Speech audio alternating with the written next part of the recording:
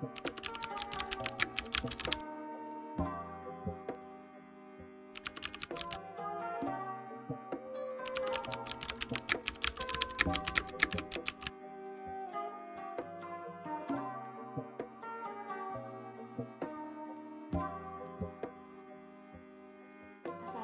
warahmatullahi wabarakatuh. Kami dari kelompok 3 akan mempresentasikan perkembangan ekonomi dan politik pada awal masa kemerdekaan Republik Indonesia sampai Orde Baru. Perkenalkan, nama saya Lucia Lianti. A. Keadaan kehidupan ekonomi pemerintahan Republik Indonesia. Latar belakang kekacauan ekonomi di awal pemerintahan Republik Indonesia. Indonesia belum memiliki pemerintahan yang baik, belum mempunyai pola dan cara untuk mengatur ekonomi, kondisi keamanan tidak stabil, dan Belanda tidak mau mengakui kedaulatan kemerdekaan Republik Indonesia. Selanjutnya akan dijelaskan oleh teman saya.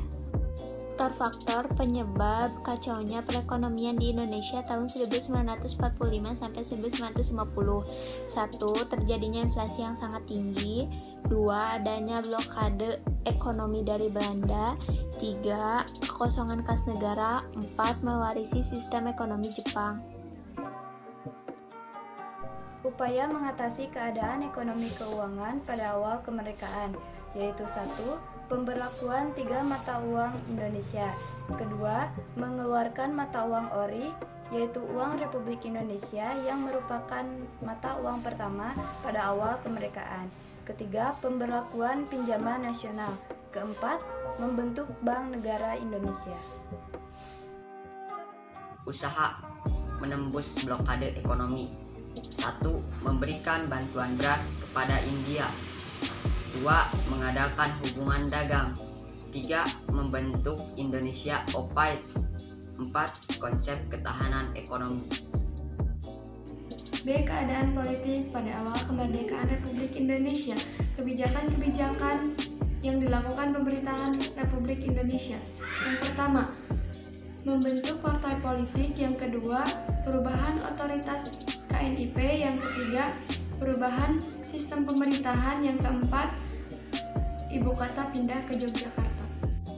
Konflik Indonesia dan Belanda pada awal kemerdekaan Republik Indonesia.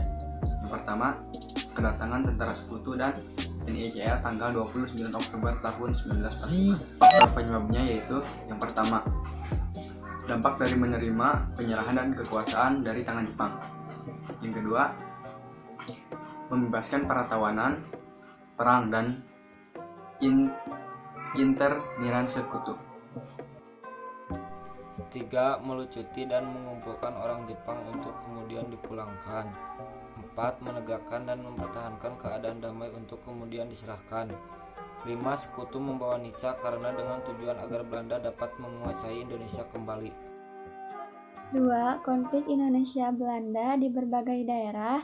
A. Pertempuran di Surabaya. B. Pertempuran Ambarawa dan Magelang. C. Pertempuran Medan Area. D. Peristiwa Merah Putih di Manado. E. Bandung Lautan Api. D.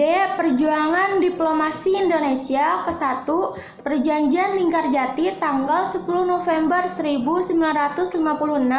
Kedua, agresi militer Belanda ke-1 tanggal 21 Juli 1947. Ketiga, Perjanjian Renville tanggal 18 September 1947 sampai 17 Januari 1948. 4. Perundingan Romproyen pada tanggal 7 Mei 1949. 5. Konferensi Inter-Indonesia yang dilakukan Indonesia dan BFO. 6. Konferensi Meja Bundar pada tanggal 23 Agustus 2 November 1949.